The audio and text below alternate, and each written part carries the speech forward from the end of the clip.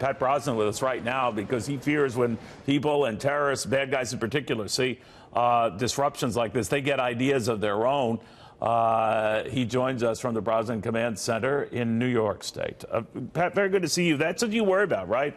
Bad guys look at this, see how it can dislocate us and discombobulate us and anger us, and then get some not so good thoughts, right? Absolutely, Neil. Absolutely.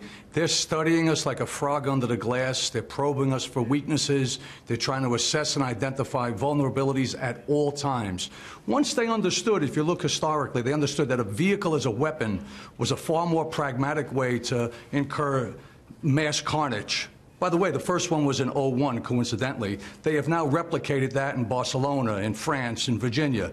They're studying us, Neil. This is really scary business. And the pandemonium that ensued yesterday, I would imagine that they took a lot of notes on that one. All right. Now, this, again, we want to stress was not terror-related, at least from the best intelligence we have. But your fear is that bad guys get bad ideas, right?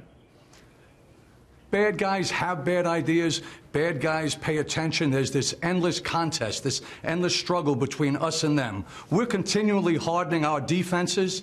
We're on our heels defensively, and the whole time they're probing, they're assessing, they're touching, they're exploring, they're trying to figure out what the next most viable conduit to issue, mass carnage across the scope is.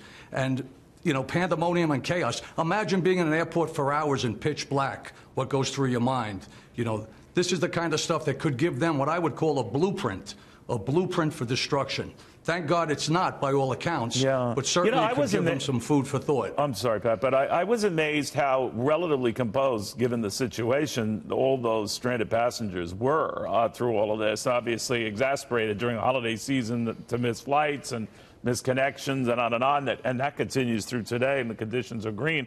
I'm just wondering what it says about what we have to be ready for. Should this happen again, and to keep our wits about us, what?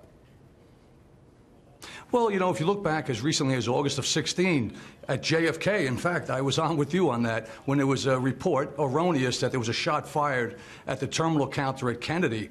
It was mass chaos, mass pandemonium. There was some trampling. It was a real horror show. But what it did was it reinforced the emergency operation plans, the SOPs, and the functionalities of the Port Authority and NYPD to restore order. You didn't see that here because it wasn't a gunshot. It didn't sound like a gunshot. It was lights out. But still terrifying nonetheless. And I would posit, Lee, that anything, Neil, that has to do with the airport in the light of 9/11, it has a sinister overtone subliminally to the American conscience. Yeah, I really do. I do feel that. Anything with a fire, suddenly it's an airport. You mentioned earlier, this is the first of its type, right? Never happened before. Brand new turf in an airport.